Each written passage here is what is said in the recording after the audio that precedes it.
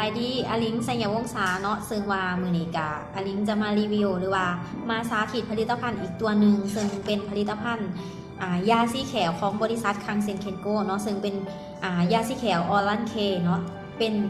ยาสีแขวสมุนไพรสูตรดังเดิมแล้วเป็นผลิตภัณฑ์ที่ดีหลายเนาะซึ่งว่าเป็นสิ่งหนึ่งที่ลิงใส่แล้วก็ประทับใจที่สุดเลยฉะนั้นคือจะมาแนะนำให้ผู้จักเลยว่าหน้าตาของออรันเคเขาเป็นจังไดเนาะจะเป็นหลอดลักษณะแบบนี้ซึ่งยาสีแขวสูตรนี้เป็นสูตรเข้มเนาะเป็นสูตรดังเดิมหรือสูตรสมุนไพรดังเดิมซึ่งสกัดมาจากสมุนไพรล้วนๆ100%เลยในนี่จะมีมันจะสวยในเรื่องของการที่1ระงับกลิ่นปากเนาะ2กำจัดขาบหินปูนที่อยู่ในแขวของเฮา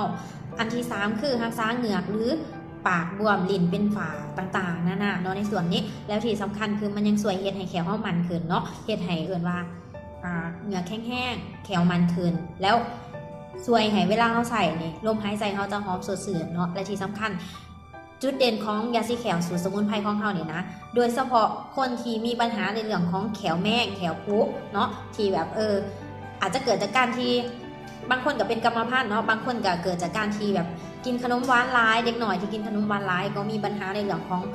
เป็นแขวแม่งแล้วมีอาการเจ็บเนาะสามารถใส่ผลิตภัณฑ์ยาสีแขวตัวนี้ได้เลยเนาะถ้าว่ายอมรับเลยคนที่เป็นแขวแมงจะประทับใจที่สุดเพราะว่าอลิงเองเป็นคนหนึ่งที่มีปัญหาในเรื่องของกินปากแห้งแล้วก็เป็นแขวแมงเนาะใส่ตัวนี้ประจำเนาะใส่มาได้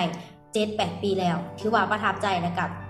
ประทับใจแห้งเนาะส่วนที่เป็นขาพินปูนยังต่างๆนะหลายๆคนก็อาจจะเคยเจอปัญหาส่วนนี้แต่สำหรับที่เขาหันมาใส่ตัวนี้มันจะคอยกำจัดพวกขาพินปูนและเฮ็ดให้เขาเองนี่มีแขวที่สะอาดแล้วก็ที่สำคัญคือ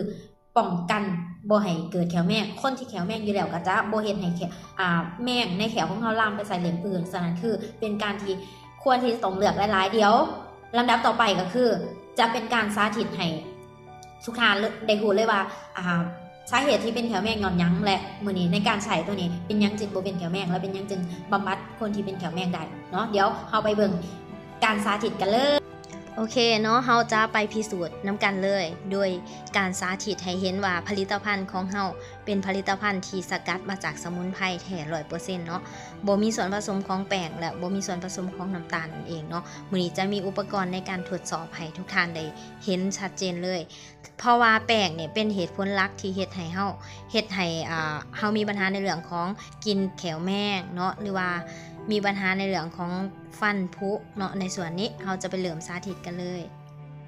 อาลิงจะมาเริ่มต้นการสาธิตโดยการที่เติมน้ำลงไปในจอก4 หน่วย เดี๋ยวเราจะมาวัดกันเลยเนาะว่ายาสีแขวตัวใดยี่ห้อใดที่มีส่วนผสมของแป้งโดยจะใส่แป้งเนาะจอกที่1อาลิงจะใส่แป้งลงไปละลายใส่กำน้ำเลยโอเคแล้วจอกที่2ก็จะเป็นน้ำเปล่าเนาะน้ำธรรมดาน้ำกินน้ำใสของเรานี่แหละสำหรับจอกที่3อลิงจะใส่ยาสีฟันออรันเคของเราลงไปเวลาใส่อลิงจะใส่ปริมาณที่ซ้ำเฮาแป้งปกติเนาะซ้ำเม็ดถั่วเหลืองซึ่งว่าประหยัดหลายเนาะใส่ได้กลุ่มดนที่สุดเลยคุ้มค่าที่สุด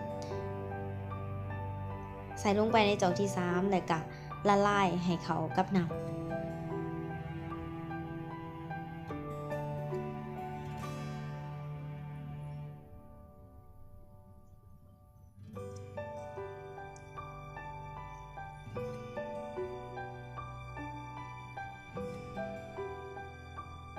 โอเคหลังจากนั้นจอกที่4อลิงก็จะใส่ยาสีแขวของท้องตลาดทั่วไปเนาะบีบใส่ซ้ำกับที่เขาเคยใส่ปกติก็เต็มแป้งแม่นบ่ฉะนั้นคือมื้อนี้จะใส่แล้วละลายลงไปในจอกที่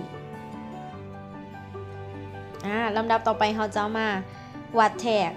หรือว่าสมเทียบให้เห็นเลยว่ายาสีแขว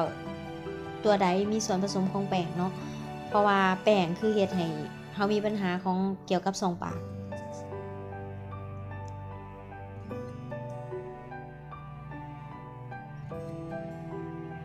ซึ่งจะใส่เบตาดินเนาะหรือว่าทิงเจอร์ไอโอดิน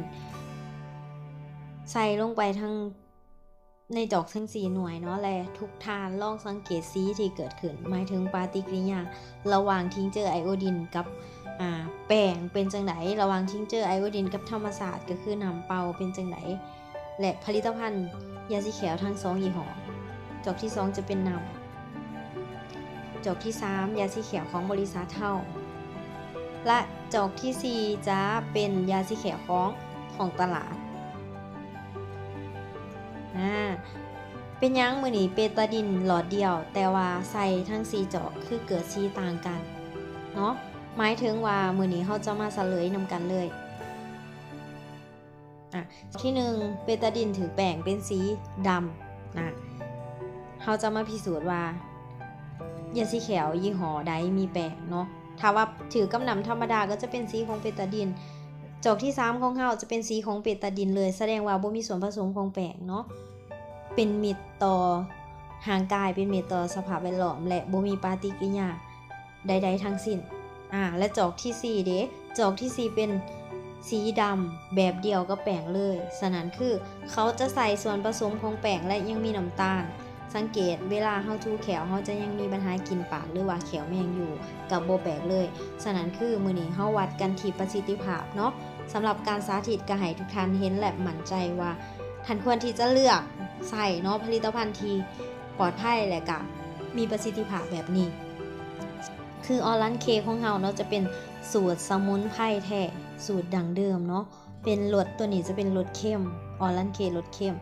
เพราะว่าในนี้จะมีส่วนประกอบหลักๆคือสมุนไพรแท้ช่วยให้แขวมันเนาะดับกลิ่นปากได้ดีแล้วก็ช่วยให้แขวแข็งแรงสภาพทรงปากของเฮาก็แข็งแรงไปนำเลย